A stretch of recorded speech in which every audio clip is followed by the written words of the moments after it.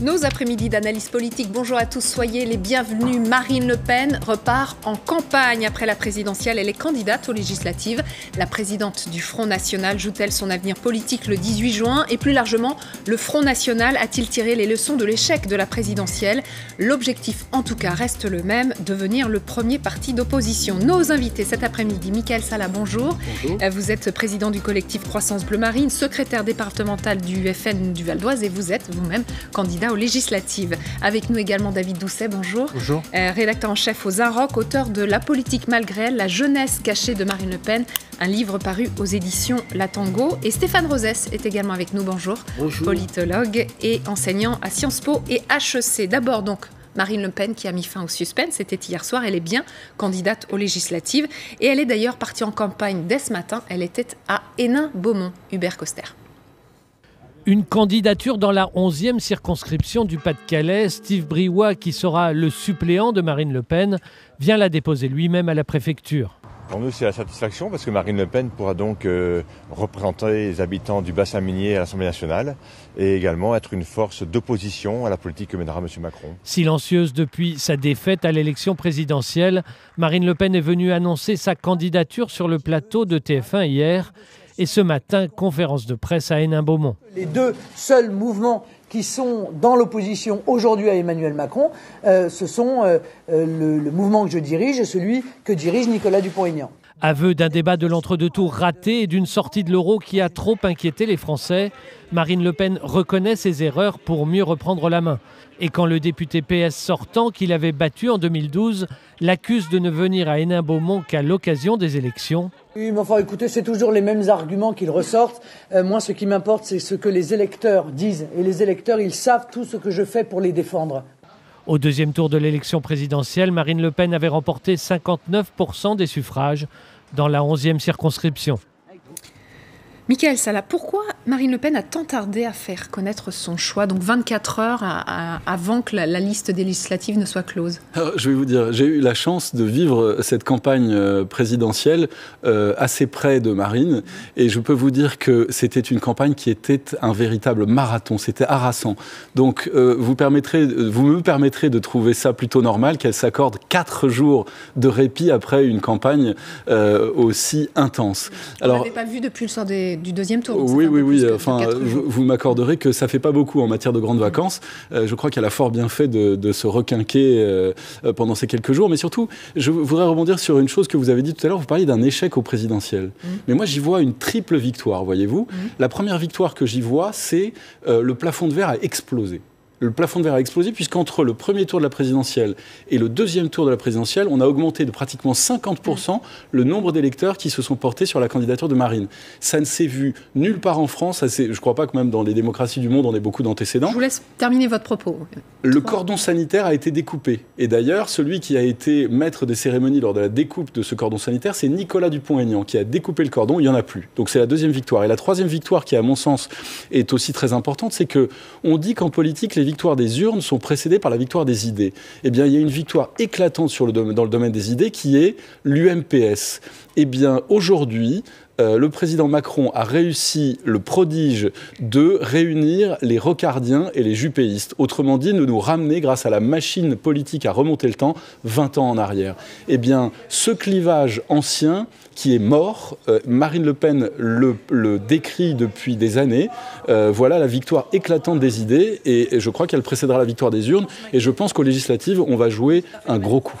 Échec, évidemment, parce que l'objectif affiché du Front National, c'était atteindre les 40% au deuxième tour. Vous avez fait moins de 34%. Donc il y avait quand même forcément une petite déception qui avait été admise par certains de vos membres, d'ailleurs, au lendemain du deuxième tour. Affiché par qui? Moi, si vous m'avez interrogé, je ne vous aurais jamais parlé d'un objectif de tant ou tant de pourcents. D'ailleurs, vous savez, moi, les pourcentages, ça m'intéresse assez peu. Ce qui m'intéresse, c'est le nombre de Français. Eh bien, 11 millions de Français ont voté pour Marine Le Pen. Et je peux vous dire qu'avec le battage infernal qui a été fait dans les médias entre les deux tours, ces 11 millions-là, ils ont vraiment voté par adhésion et par espérance, contrairement à Macron, pour qui beaucoup de gens ont voté par dépit. Oui. Et d'ailleurs, les gens qui ont voté pour Macron par dépit vont vite déchanter et, à mon avis, se réveiller avec une sacrée gueule de bois quand ils vont voir ce que Macron va nous concocter en matière de politique. David Doucet, donc la campagne des législatives est partie. Est-ce que vous diriez, comme Mickaël Sala, finalement, que le Front National est sur une dynamique ? Disons qu'il a réussi effectivement une performance historique, ça on ne peut pas le nier. Mais contrairement au sondage qu'il a placé à 28%, c'est-à-dire en tête au premier tour, finalement elle a été en deuxième position. Et on est passé finalement au FN à 2 doigts de la catastrophe, parce qu'elle aurait pu ne pas se qualifier pour ce second tour. Effectivement, elle a augmenté son score dans l'entre-deux tours. Mais malgré tout, elle n'a pas atteint ce seuil de 40% qui avait été quand même visé par pas mal de stratèges du front. Et puis surtout, cet accord avec Debout la France qui a été mis en avant, qui a été...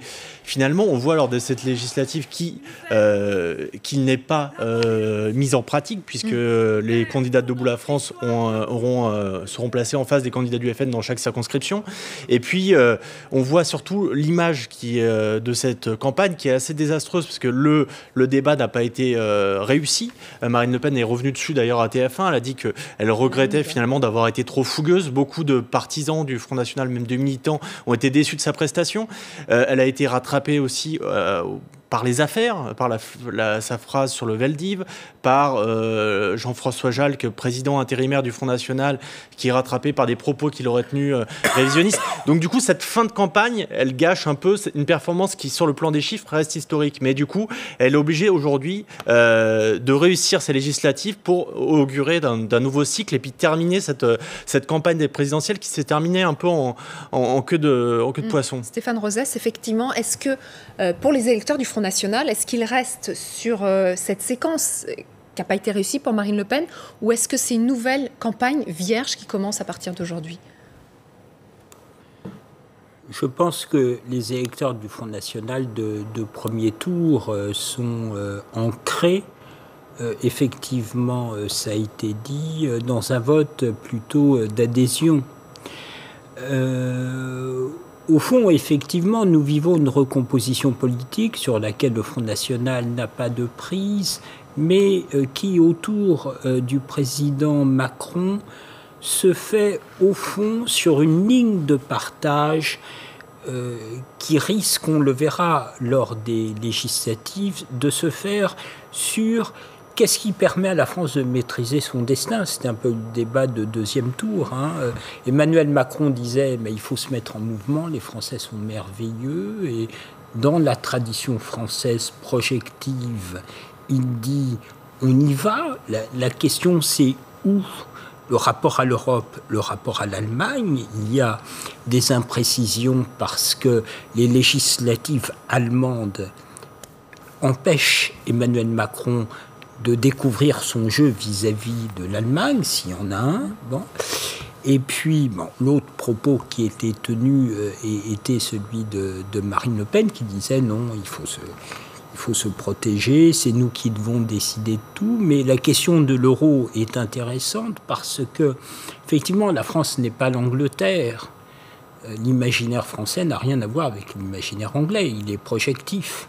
Et donc là, il y a un débat actuel au sein du Front National sur la question de l'euro, qui n'est pas seulement, au fond, une question économique, qui est peut-être la ligne Philippot, mais qui est aussi une question de nature symbolique, d'où la question du Dupont-Aignan, qui, au fond, aurait pu permettre à Marine Le Pen de se retirer une écharde du pied, mais la façon dont a été conduit le débat d'entre-deux tours, sans doute pour essayer de faire bouger les lignes ou de faire chuter Emmanuel Macron de ce qui aurait été perçu comme une superbe, a semblé rigidifier les choses. Et puis, il y a des débats internes en ce moment au sein du Front National, pas évidentes à démêler quant aux débouchés, visiblement, qui reposent des questions de nature tactique immédiate.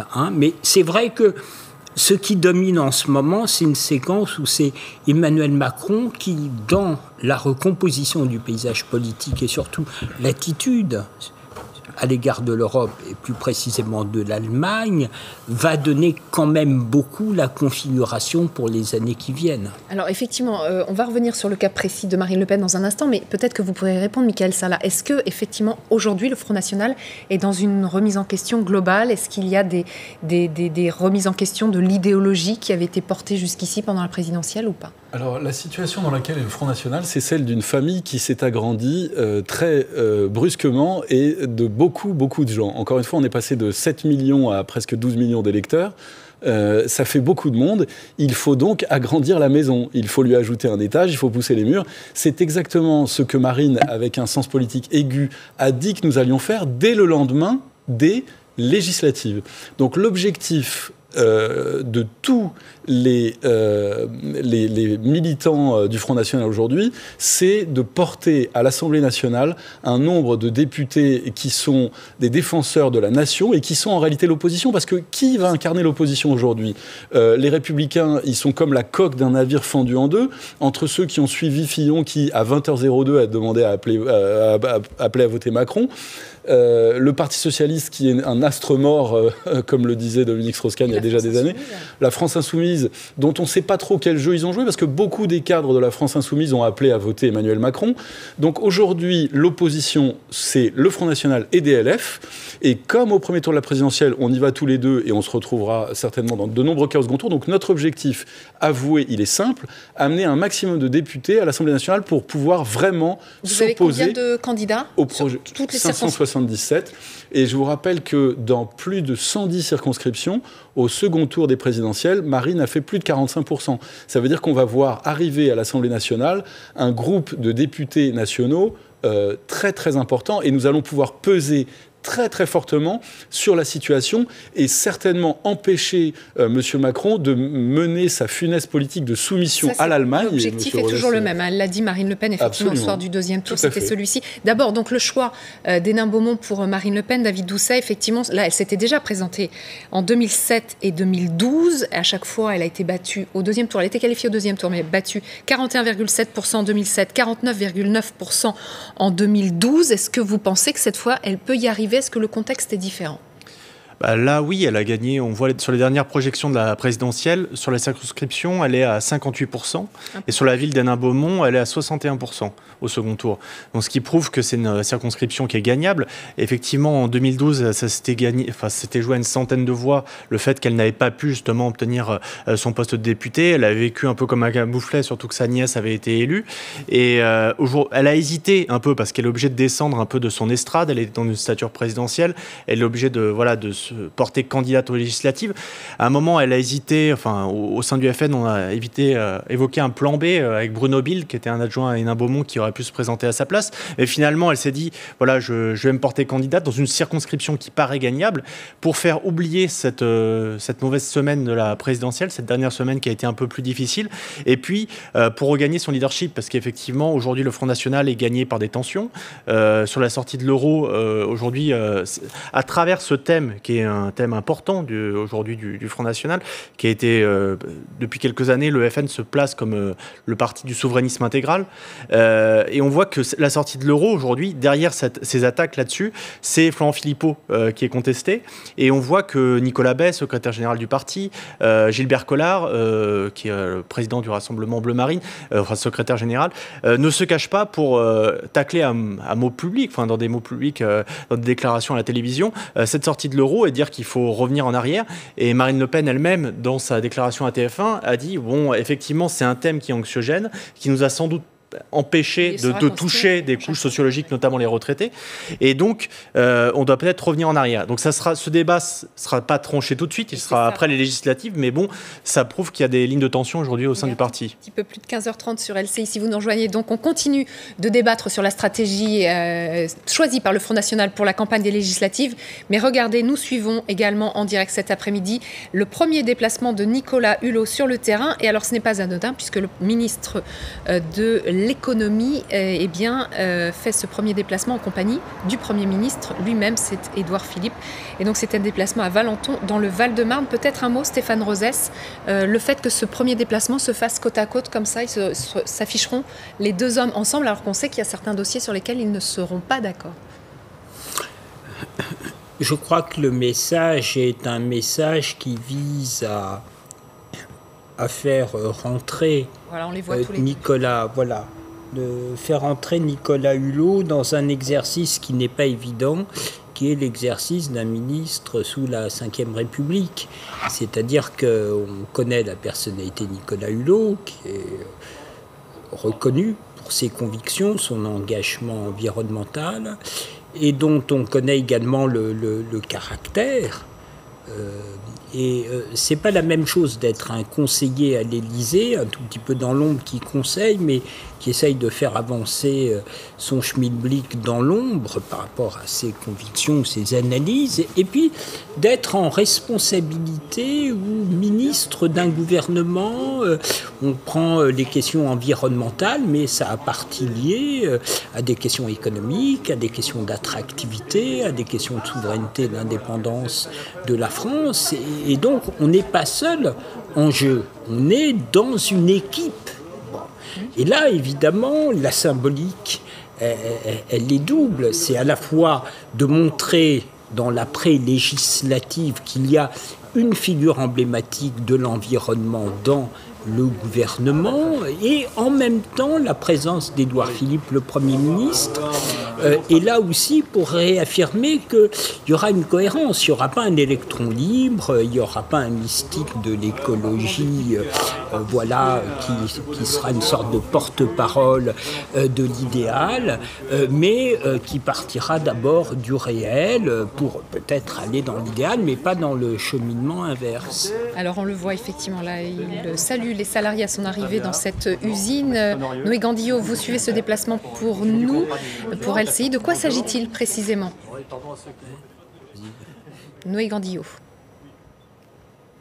Le site du projet Biogenval, une expérimentation qui doit permettre dans le futur, dans les années qui viennent, de transformer les eaux polluées, les eaux usées en carburant, notamment pour les véhicules. Un projet à la fois innovant, d'avenir, moderne, mais également écolo et qui fait donc parfaitement le lien entre les deux hommes cet après-midi. D'un côté, Édouard Philippe, de l'autre côté, Nicolas Hulot. On sait, Édouard Philippe peut porter sur les questions écologiques, lui qui a notamment été cadre chez Areva entre 2007 et 2010. On imagine des tensions sur le dossier à venir de Notre-Dame-des-Landes, vous en parliez tout à l'heure. C'est donc une image très attendue entre le numéro 1 du gouvernement et son influent puissant numéro 3. Il faut afficher une image d'unité. Hier, Emmanuel Macron, en Conseil des ministres, a réclamé à son gouvernement de la solidarité et de la discipline mise en pratique dès aujourd'hui avec 2 membres éminents de ce gouvernement. Merci beaucoup Noé. Effectivement, dès le lendemain de ce premier Conseil des ministres, on le voit, Nicolas Hulot avec Édouard Philippe à la rencontre de ses salariés. On peut peut-être écouter un petit peu les échanges. Cette structure-là, elle est même sur les transports banalisés, parce qu'elle est très sécurisée. Donc c'est typique, il y a des conteneurs beaucoup plus gros et qui sont vraiment faits pour ça. Et pour se rendre compte, avec ça, on peut alimenter quoi? Alors là, on a 1 mètre cube, on peut alimenter 3 camions. D'accord. Voilà. C'est 3 pleins en fait, 3 pleins de camions qui eux peuvent faire 1000 km. L'intérêt du GNL en fait, c'est que le GNL a une densité énergétique qui est très importante et au lieu de faire 300-400 km comme les véhicules classiques au gaz, on fait jusqu'à 1000 km. Voilà. Donc pour le entre nous, sur LCI, vous êtes en direct, on peut parler publiquement. Alors s'il est doublement isolé, donc la température peut varier, on va dire entre moins 120 et moins 160. Le modèle économique de M. Macron consiste à couper des arbres dans les Vosges pour les envoyer en Malaisie et nous les faire renvoyer sous forme de planches ou de mobilier. C'est tout la politique du nouveau ministre de l'économie. Eh bien, nous allons voir comment M. Hulot, qui est un homme dont les convictions sont absolument indiscutables et respectables, nous allons voir comment il arrive à faire ce grand écart entre un président hyper mondialiste et quelqu'un qui a une réelle conviction écologiste. Parce que l'écologie, ça commence par les circuits courts, ça commence par consommer localement ce qui est produit localement. Ce dont nous sommes porteurs, et Marine Le Pen a été porteuse dans sa vision de l'économie, celle qu'elle a développée dans toute la campagne. Donc j'attends de voir quelques semaines, à mon avis, il va se passer peu de temps avant que Nicolas Hulot soit pris d'une schizophrénie qui lui sera insupportable. Donc vous reconnaissez à Emmanuel Macron cette prise de risque? Il n'a pas été vers la facilité. Ah non, Emmanuel Macron, il est tout à fait raccord avec ce qu'il a dit depuis le début. Soumission à l'Allemagne, hypermondialisme. C'est un homme qui a dit, verbatim, j'ai appris la grammaire de l'économie dans la banque d'affaires. Eh bien, écoutez, il ne fera que mettre en pratique la politique d'un président qui est un banquier d'affaires, c'est-à-dire fusionner des entreprises au mépris des emplois détruits. Et peut-être que sous son magistère, la Chine ou la Pologne connaîtront un chômage moins élevé. En revanche, je crains que la France se réveille avec des lendemains très très difficiles sur le plan économique et écologique. Vous êtes donc toujours dans ce créneau d'opposition, effectivement, on le voit, quel que soit le domaine. Non mais attendez, je suis viscéralement opposé à la vision du monde de cet homme. Parce que vous savez, nous, la vision que nous avons, c'est une vision de solidarité. Moi, ce qui me... Alors justement, c'est le ministre de la Transition écologique et solidaire. Eh bien, c'est ça l'intitulé de son vous savez, moi, mon moteur, ce qui m'a causé mon engagement politique, c'est qu'il m'est insupportable de voir 40% des jeunes dans les quartiers qui n'ont pas de boulot. Il m'est insupportable de voir une mamie sur un marché qui me prend par le bras en me disant « je ne peux plus me faire soigner les dents ou acheter des lunettes ». Ça, c'est insupportable pour moi. Alors, il est probable que dans le monde entier, des gens souffrent, mais excusez-moi, je me sens... Les prothèses dentaires, effectivement, je me sens, moi, plus sensible à la souffrance. Donc, sur ce point, vous seriez plutôt d'accord, alors. Je me sens plus sensible à la souffrance de mes compatriotes qu'à la souffrance des gens qui sont plus éloignés. Je ne dis pas que leur souffrance est moins grande, je dis que commençons déjà par faire en sorte que notre contrat de solidarité nationale fonctionne et ensuite nous pourrons, aide-toi, le ciel t'aidera, et ensuite nous pourrons être solidaires et travailler au co-développement de nos pays amis, frères et voisins. Mais déjà, quand la France compte 7 millions de chômeurs et 9 millions de pauvres, je suis désolé, Bruxelles, on a un problème. Eh bien moi, mon moteur, ce qui a causé mon engagement politique auprès de Marine Le Pen, c'est que je ne veux plus que ce pays ait à subir 7 millions de chômeurs et 9 millions de pauvres. David Doucet. Ce qu'on peut voir d'après les premiers sondages, après ce que ce gouvernement a été dévoilé, c'est que même au sein des sympathisants Front National, des gens qui se sont portés pour le Front National lors de la présidentielle, on est à 40% satisfait de ce gouvernement. Donc en fait, Emmanuel Macron, pour l'instant, parce que ça reste qu'une opération de com, il l'a réussi, puisque même des gens qui sont très opposés à lui se reconnaissent un attelage. Non, mais reconnaissent un...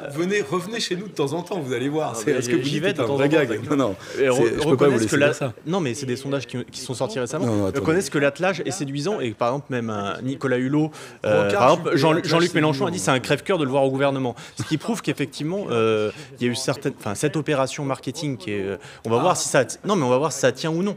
Peut-être que ça, parce que ça peut être que du marketing ou ça peut avoir une finalité politique. Pour l'instant, c'est de la com, parce qu'on sait pas, ils peuvent pas encore, les élections législatives ne sont pas passées, donc on ne peut pas savoir quelles lois ils vont réussir à faire passer. S'ils arrivent à avoir une majorité absolue et que l'attelage tient, avec des personnalités aussi antagonistes que par exemple Édouard Philippe et Nicolas Hulot, s'ils arrivent à faire une politique ensemble, peut-être que là, il y aura de quoi se satisfaire. Stéphane Rosès, on a bien compris, Michael Salah se montre sceptique quant à la pérennité du poste de Nicolas Hulot, c'est-à-dire qu'avec ses convictions, est-ce qu'il va pouvoir tenir dans un tel gouvernement? C'est aussi la question que tout le monde peut se poser. Effectivement, Emmanuel Macron a vraiment pris des risques en choisissant Nicolas Hulot. Le problème du pays, électeur du Front National ou pas, c'est qu'au fond, la recomposition politique actuelle qui fait que Nicolas Hulot est au gouvernement, ça aurait pu être un autre, peu importe, contre les partis de gouvernement anciens, vient du bas et pas du haut. C'est-à-dire que quand on interroge les électeurs du Front National, ce ne sont pas des idéologues. Ce sont des gens qui sont venus au Front National, d'abord parce que Marine Le Pen a bougé, est rentrée dans un imaginaire républicain, ce que n'était pas son père. Et fondamentalement, la question de la nation et de 95% des Français, c'est est-ce que notre modèle social et républicain dans le monde tel qu'il est peut survivre? Et il y avait deux réponses, celle d'Emmanuel Macron et celle de Marine Le Pen. Donc c'est pas du tout étonnant que 40% des électeurs du Front National, qui ne sont pas des idéologues, qui se demandent si leur boîte va fermer ou pas, voyant arriver le gouvernement, c'est pas du tout du marketing, se disent bon, il va essayer un truc, on va bien voir. Ils n'ont pas voté, évidemment, Macron, mais au fond, ils se disent peut-être qu'il est possible de trouver une cohérence entre notre survie dans le monde tel qu'il est, ça s'appelle la compétitivité, et préserver des valeurs, un modèle social, des formes de solidarité. Ça, c'est le sujet de 95% des Français. Ce n'est pas le sujet de la classe politico-médiatique ces dernières années, qui avait 15 années de retard. Emmanuel Macron était le plus populaire avant que d'être à la présidentielle. Donc le sujet, c'était le décalage entre nos débats, nous, plateau télé avec les politiques, et le sujet du pays. Donc c'est normal. Ce n'est pas du tout du marketing ou de la com. Les Français attendent de voir si, par hasard, Emmanuel Macron n'aurait pas de raison avec ses solutions, parce que, au fond, si les Français étaient déçus par la campagne et par les candidats et se sont précipité néanmoins aux urnes, c'est que la question posée était existentielle. Et on peut voter pour Macron, pour Marine Le Pen, tout. On revient au quotidien sur des problèmes lourds pour les Français. Donc c'est pas du tout étonnant qu'ils se disent le gouvernement vient d'arriver, on va voir. Macron a l'air d'essayer des trucs. Ils essayent tous des trucs depuis des années. On va bien voir ce qui se passe. Et puis, de toute façon, c'est ça la démocratie. On va les retrouver au prochain rendez-vous. Donc, je dirais, le paysage mental du citoyen, c'est un paysage mental qui est, au fond, à la fois idéologique, nous sommes en France, mais aussi pragmatique. Alors, effectivement, alors qu'on voit donc toujours Nicolas Hulot et Édouard Philippe, le Premier ministre, côte à côte, c'est une première pour leur premier déplacement dans le Val-de-Marne et Valenton. Michaël Salah, toujours, on a bien compris votre avis sur ce nouveau gouvernement, mais est-ce que vous reconnaissez ça, justement? Est-ce que vos électeurs vous en ont parlé de ce nouveau gouvernement dans ces termes-là?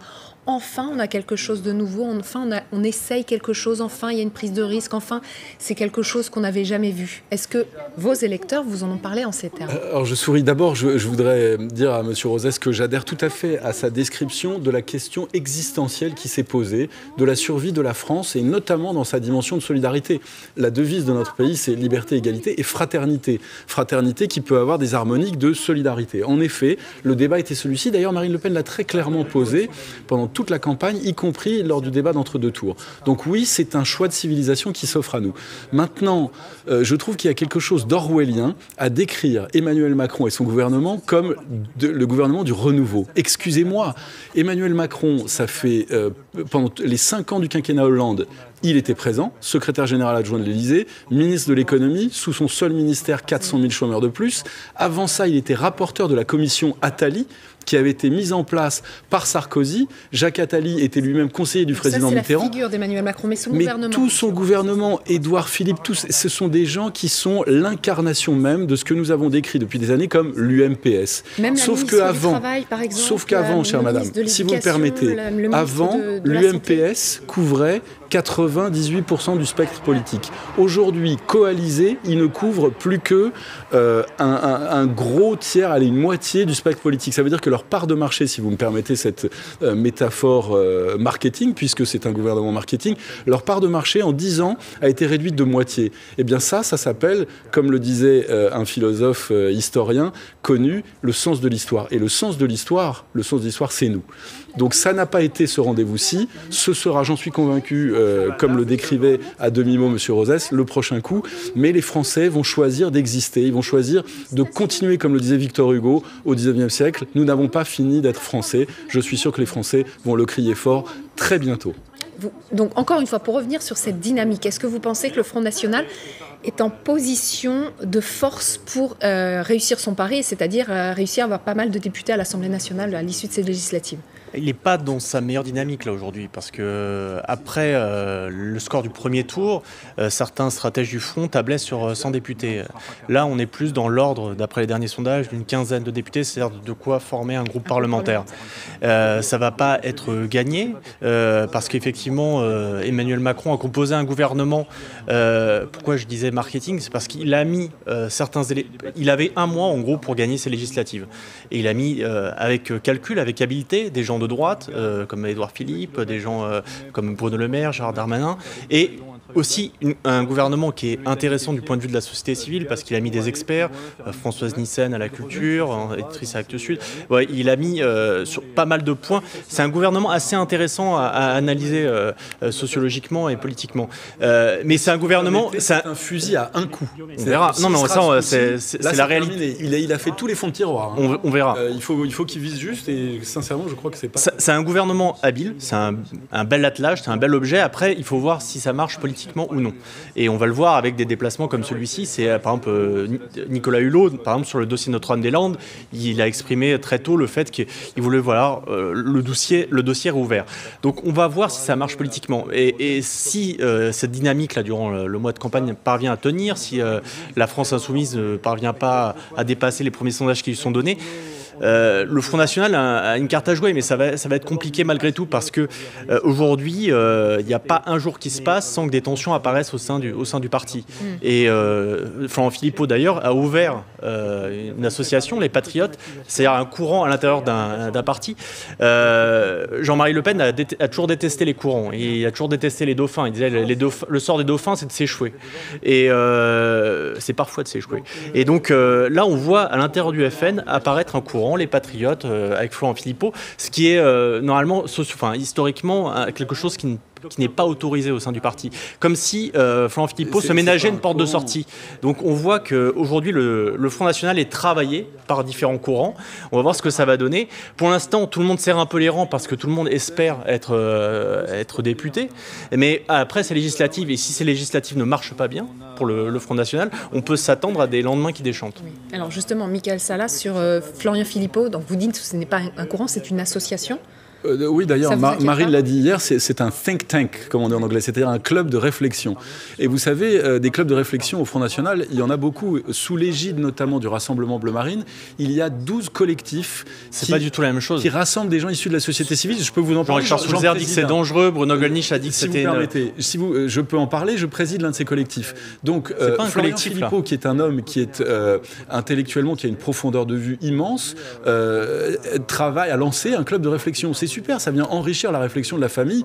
Moi, ce que je peux vous dire, c'est que on arrive en bloc uni à la bataille parce que on a ça chez nous. Ça fait partie de notre culture politique. C'est de la langue de bois. Là, vous ne savez pas dire ça. Non, mais attendez, de la langue de bois. Vous voulez que je vous montre ma langue? C'est de la chair. Il y a du sang dedans. Il n'y a pas de bois. Hein, je peux vous. Oui, non, mais c'est... Parce que dans notre famille, nous sommes Vous savez pourquoi on est des combattants?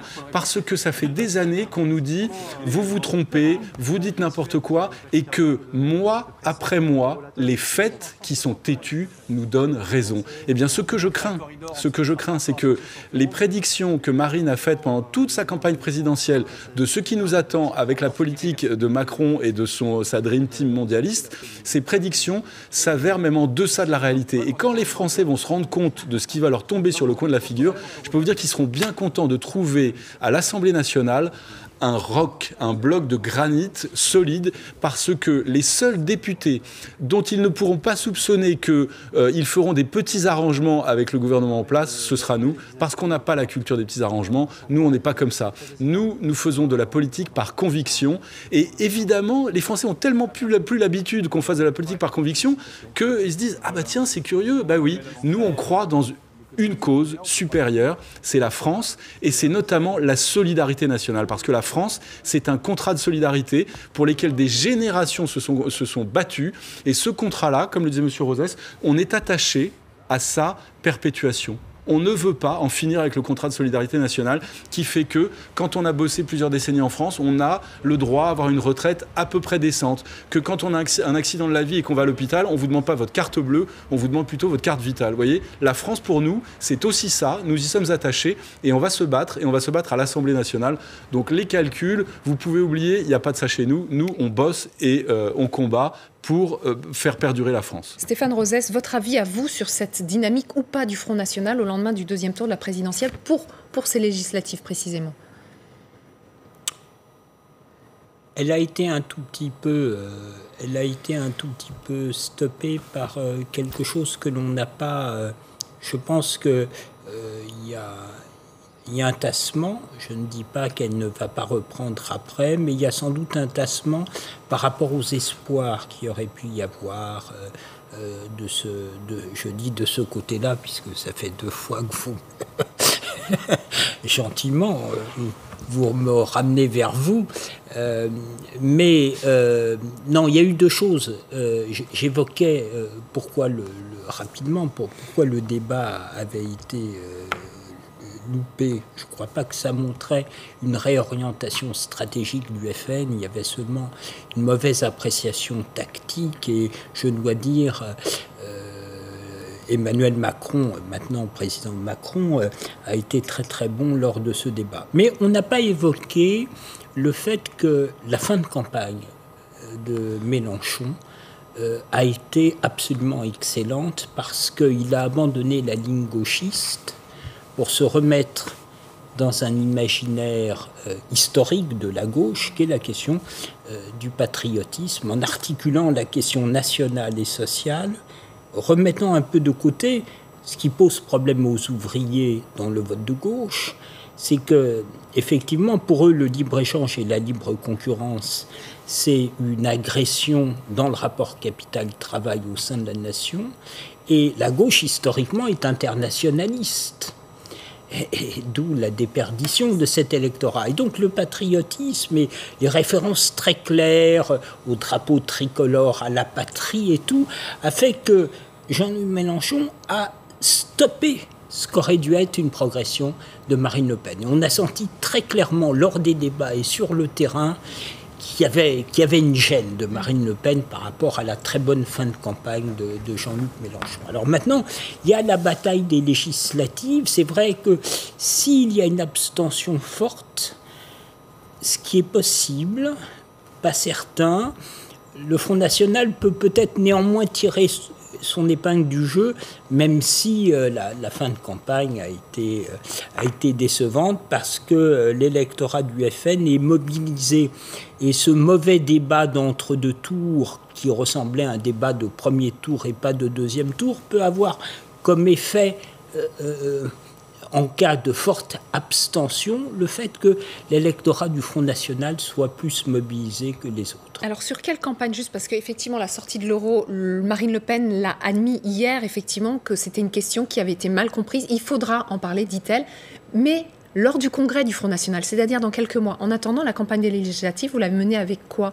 Sur la sortie de l'euro ou pas? Et on l'amène sur tous les thèmes qui sont du ressort de l'Assemblée nationale et des choses qui peuvent être faites immédiatement. Or, ça sera mis de côté. C'est pas que ce sera mis de côté, mais le personnel politique français dans son ensemble a soumis la France à Bruxelles et à Berlin. Le personnel politique français dans son ensemble a abandonné la souveraineté de la France sur le plan législatif, à ce point qu'aujourd'hui, 80% des lois qui régissent nos vies ne sont pas des lois votées par le Parlement français, mais des directives européennes. Ça veut dire qu'on va mener la bataille sur quoi? Sur le fait de préserver la solidarité nationale, de faire en sorte que la création d'emplois redémarre dans ce pays, et surtout empêcher la casse sociale que va mettre en place M. Macron. Ce sont les grands thèmes de campagne donc, que vous mènerez pour les législatives. Et aussi la protection contre le terrorisme. Solidarité, protection. Exactement. Merci Solidarité, beaucoup. protection. Pardon de vous couper la parole. Merci à tous les trois. Restez avec nous, on se retrouve dans quelques instants. C'est le journal d'Adrien Borne à suivre.